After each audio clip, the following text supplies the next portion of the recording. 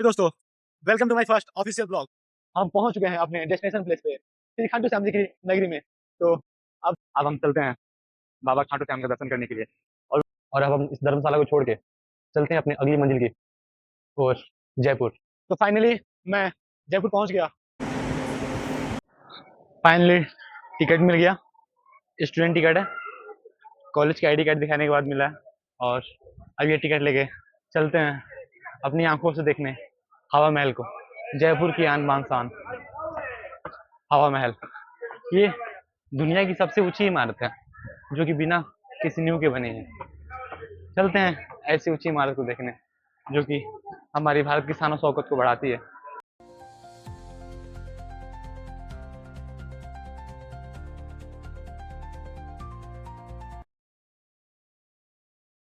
इस हवा महल का निर्माण 1799 ईस्वी में यहाँ के महाराज शहीद प्रताप सिंह के द्वारा कराया गया था। और इसका जो आकृति है ये माना जाता है कि ये इंस्पायर है भगवान विष्णु के मुकुट से। और ये भी है कि इसका जो बाहरी जो आकृति है, बाहरी मतलब बाहर से जो ये परिलक्षित होती है, ऐसा देखने में लगता है कि ये मधुमक्खी के छत्ते की भांति है। और ये भी इस की बिल्डिंग से जुड़ा हुआ है कि यहाँ पे लगभग 950 तक खिड़कियां हैं। और इन्हीं खिड़कियों से जब बाहर की हवाएं अंदर आती है तो अंदर आके सर्कुलेट होने लगती हैं और अंदर काफी ठंडा सा वातावरण बन जाता है। और इन्हीं सब चीजों के चलते इसे शायद हवा महल नाम भी दिया गया था, क्योंकि यहाँ पे हवाएं सर्कुलेट होती रहती हैं, इधर से उधर घूमती रहती हैं। अभी हम हवा महल के टॉप पॉइंट पे हैं। इसके इधर ये अरावली की पहाड़ियां दिखते हैं और उसके ऊपर शायद कोई किला है। अभी इसके बाद वहां पे ही चलेंगे। और फिर से अगर इधर देखें तो इधर भी मार्केट है, और मार्केट के लास्ट में उधर देखें तो इधर भी पहाड़ियां हैं। मतलब ये जो जगह है ये चारों तरफ से पहाड़ियों के बीच में घिरा हुआ है और अपने आप में एक यूनिकनेस को परिभाषित करता है। यही सारी जो चीजें हैं जो हमारे वैभवपूर्ण इतिहास को दर्शाती हैं कि आज से वर्षों पहले हमारा भारत कितना सजग था, कितना क्या बोलते हैं उसको, अपने आप में परिपूर्ण था। और अभी हम आ चुके हैं हवा महल के टॉप व्यू पे। यहाँ से हवा महल का पूरा नीचे का दिखता है और यहाँ से हवा महल का ऊपर का गुम्बद दिखता है।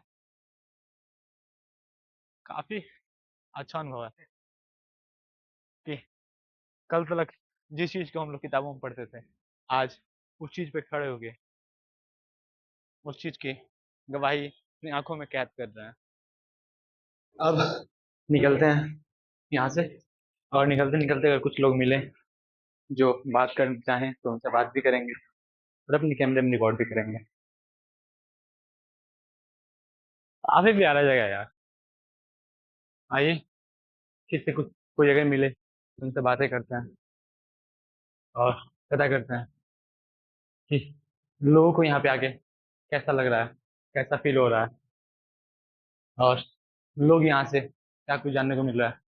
ब्रदर, हेलो भाई, can I record you? Okay, thank you. काफी लोगों ने मना किया रिकॉर्डिंग करने से, शायद सो कॉल्ड प्राइवेसी। बट यहाँ पे मेरे से यहाँ की दो लोकल बंदे मिले हैं, इनसे मैं पूछना चाहूंगा यहाँ का एक्सपीरियंस कैसा रहा।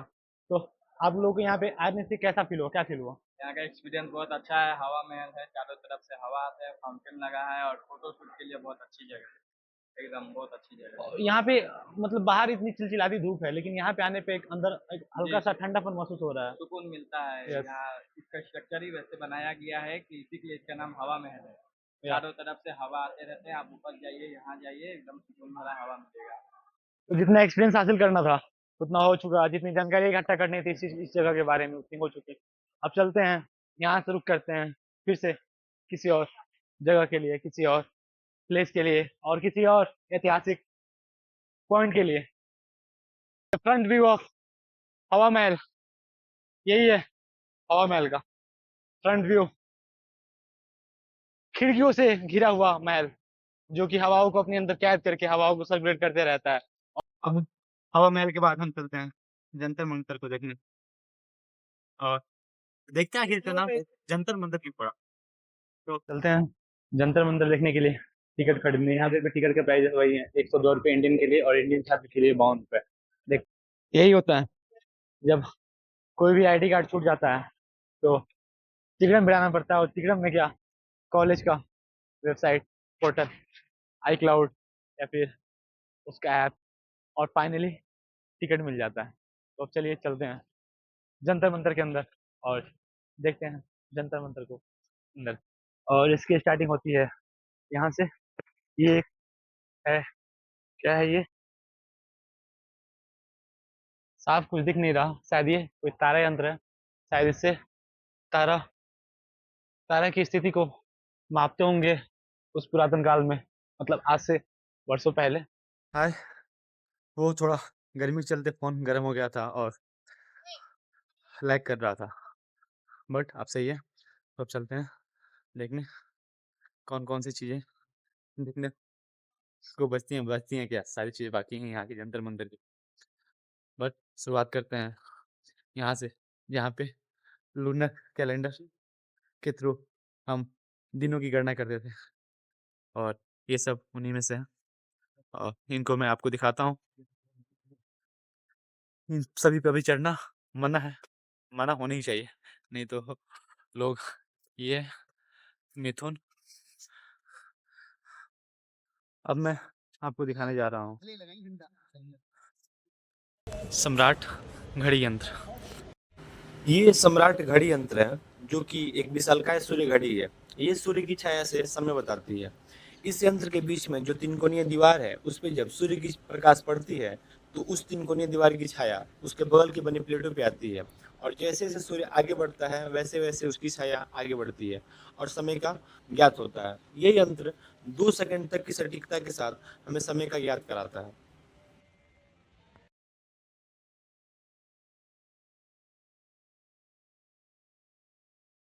हाँ, तो अब जंतर मंतर पूरा घूम लिए हैं, और उससे काफी कुछ जानने को मिला। पता लगा कि आज से 200 वर्ष 300 वर्ष पहले भी तकनीक इतनी विकसित थी, इंसान का दिमाग इतना विकसित था कि वो अपने दिमाग का यूज करके खगोलीय घटनाओं का आकलन कर सकता था, समय का आकलन कर सकता था। सूर्य के प्रकाश से, सूर्य के प्रकाश मात्र से समय बता सकता था कि समय क्या बज रहा है, कब कौन सा पहर है। और अपने ज्ञान से, अपने इमारती तकनीक से ये पता लगा सकता था कि कब किस ग्रह की दशा क्या है, दिशा क्या है, कौन सा ग्रह हमसे कितना दूर है। और इन्हीं सब चीज़ों के से मदद लेके वो लोग ये भी बता देते थे कि कौन से महीने में कितने दिन होंगे, कब कौन सा त्योहार किस महीने किस तारीख को पड़ेगा, और कब कौन सा मुहूर्त शुभ होगा, कब कौन सा मुहूर्त अशुभ होगा। तो अगर सही मायनों में माने तो जितने विकसित हम हैं आज, और आपको हम और अपने आप को बहुत ज़्यादा विकसित बोलते हैं, ठीक वैसे ही लोग उस टाइम भी मौजूद थे, वो भी अपने आप में बहुत ज़्यादा विकसित थे। तो काफ़ी अच्छा अनुभव रहा यहाँ पे आके, यहाँ पे देखने का, यहाँ पे घूमने का, यहाँ पे कुछ सीखने का। और अब हम चलते हैं कुछ और चीज़ें देखने जयपुर के बारे में, कुछ और चीज़ें क्या-क्या हैं। तो अब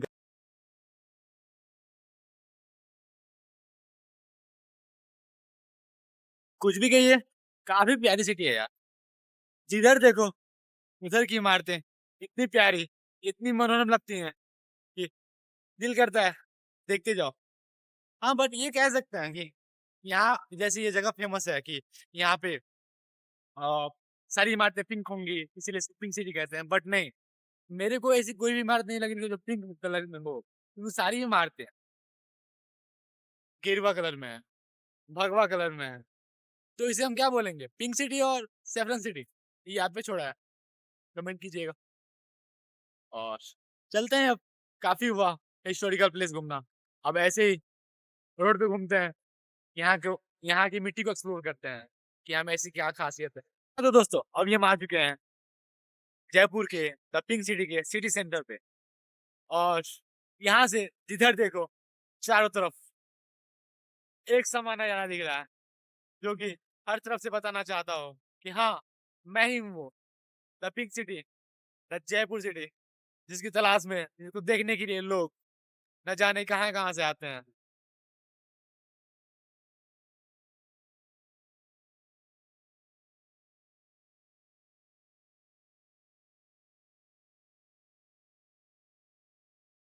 भाई साहब, मानना पड़ेगा, अभी मैं चौराहे से एक ऑटो वाले से पूछा कि भाई मेरे को बिरला मंदिर जाना है, कितना लोगे? तो बोल रहा है 150 रुपए।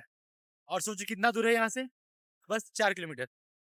4 किलोमीटर के 150 रुपए, मैं बेवकूफ हूँ दूंगा? कभी नहीं। इसलिए मैं निकल चला हूँ पैदल ही, जहाँ तक चलता हूँ, चल सकूंगा वहां तक पैदल जाऊंगा। और जब पैर थक जाएंगे तो देखा जाएगा, लास्ट में ऑटो लिया जाएगा, तब तक पैदल ही निकलते हैं।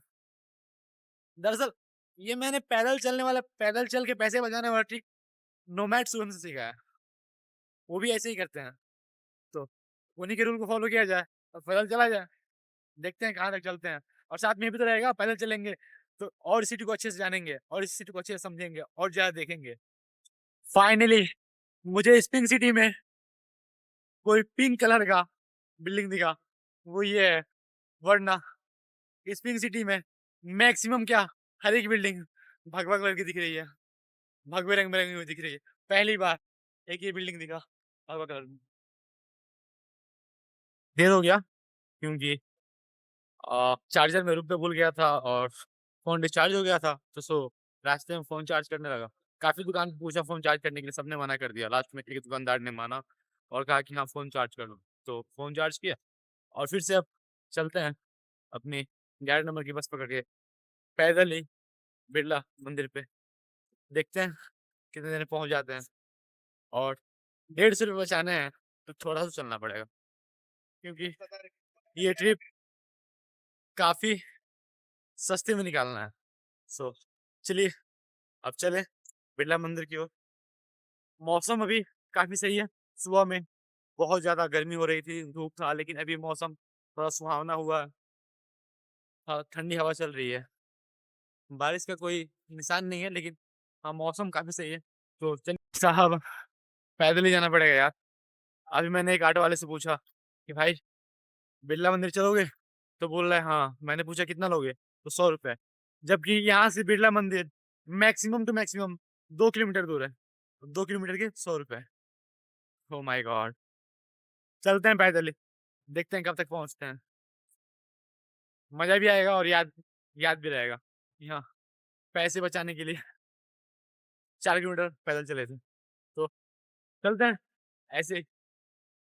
अब बस पहुंच गया, ये रहा सामने बिरला मंदिर।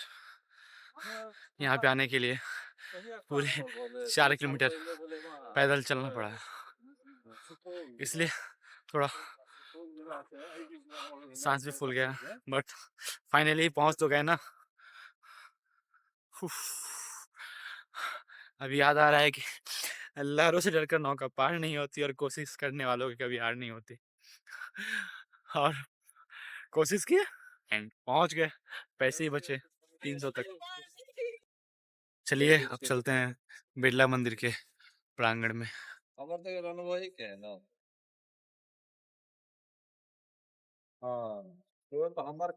अंदर से देखें कि कैसा है ये मंदिर। वैसे हर मंदिर तो सही होता है, क्योंकि वो मंदिर उसका सही होना लाजमी से बनता है। तो बस हम आप अंदर आ गए। मंदिर में भी पूजा हो गया, दर्शन भी हो गया। हाँ, यहाँ पे थोड़ा कैमरा रिकॉर्डिंग बना था, सो रिकॉर्डिंग नहीं हुआ, लेकिन अच्छे से दर्शन हुआ। आरती में बैठे, काफी अच्छा लगा और बहुत अच्छा लगा, अच्छा गया, बहुत अच्छा लगा। बिरला मंदिर में आके लक्ष्मी नारायण जी के अच्छे से दर्शन भी हो गए। अब चलते हैं, क्योंकि इधर काले बादल आ चुके हैं, काफी तेज हवा चल रही है, लगता है कि बहुत तेज बारिश होने वाली है। तो चलते हैं घूमते घामते, क्योंकि अब अगली मंजिल है हमारी जयपुर रेलवे स्टेशन, जहाँ से रात को ट्रेन लेना है दिल्ली के लिए और अपने गंतव्य स्थान की तरफ रुक करना है। तो चलते हैं घूमते घामते रेलवे स्टेशन के पास। कहते हैं ना कि कितनी ही प्लानिंग कर लो, लेकिन जब कोई चीज एक के बाद एक होते जाती है तो उसको होने दो, क्या पता कुछ अच्छा हो जाए। वैसे ही आज मेरे साथ हुआ, क्योंकि मैंने जब घर से प्लान किया था तो आप लोगों को बताया था कि मैं मेरा ये सोलो ट्रिप परी चौक से लेके खाटू श्याम जी की तरफ तक है। लेकिन जब मैं सुबह में खाटू श्याम जी का दर्शन कर लिया, उसके बाद से मेरे पास काफी टाइम और शेष बचे, तो मैंने सोचा इस चलते हैं, क्यों ना इस टाइम की यूटिलाइज किया जाए। और मैं कहाँ आ गया? जयपुर।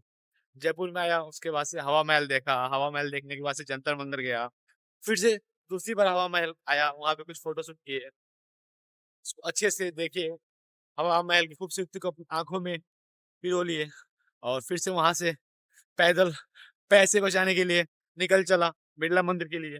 फिर बिरला मंदिर में जाके वहां पे अच्छे से लक्ष्मी नारायण का दर्शन किया और आरती में भी सम्मिलित हुआ। फिर से वहां से जब निकल रहा था तो गणेश जी के मंदिर में चला गया, वहां पे गणेश जी का दर्शन हुआ और पूजा किया।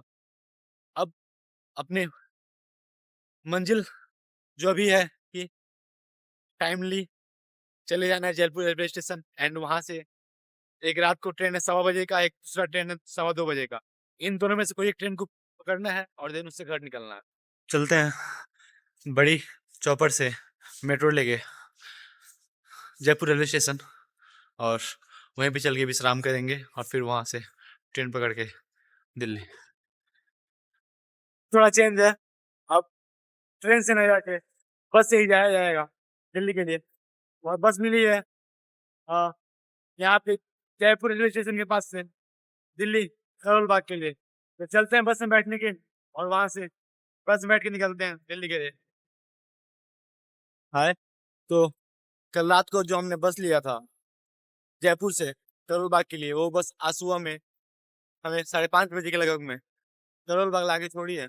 और अब यहाँ से चलते हैं मेट्रो लेके अपने रूम पे, अपने उस जगह पे जहाँ से हमने सफर की शुरुआत की थी अपने सोलो ट्रिप की, और वहाँ पहुँचते हैं और इस सफर का इन करते हैं। काफी अच्छा ये सफर रहा, काफी सुहाना सफर रहा, काफी इंस्पायरिंग सफर रहा। इसमें मुझे बहुत चीज सीखने को मिली, जानने को मिली, देखने को मिली। पहली बार घर से अकेले निकला था एक सफर पे, और उस सफर को कंप्लीट कर लिया हूँ अब। काफी अच्छा सफर रहा ये, और कहते हैं कि सोलो ट्रिप हमेशा याद रहता है, तो हाँ, ये वैसा ट्रिप था जो हमेशा याद रहेगा। तो पहले जो सफर की शुरुआत आज से ठीक 2 दिन पहले हुई थी, अब वो सफर अपने समापन की ओर है। कल रात में मैंने जो बस पकड़ा था जयपुर से, वो बस अभी मुझे 5:30 बजे करोल बाग ला के छोड़ी है। देन यहाँ से मैं अपने लास्ट जगह के लिए, लास्ट अड्डे के लिए मेट्रो लूंगा परी चौक के लिए। देन उसके बाद से वहां पे पहुंचने के बाद मेरा जो सफर का शुरुआत था फर्स्ट सोलो ट्रिप, इसका समापन होगा। काफी अच्छा ये ट्रिप रहा, इसमें मुझे बहुत सारी चीजें देखने को, जानने को मिली, सीखने को मिली। पहली बार घर से बाहर निकला था अकेले किसी जगह, नई जगह की तलाश में, नई जगह घूमने। काफी अच्छे से घूमा, काफी अच्छे से जगह को एक्सपीरियंस किया, और बहुत सारी चीजें हैं जो मैं पहली बार लाइफ में फेस किया।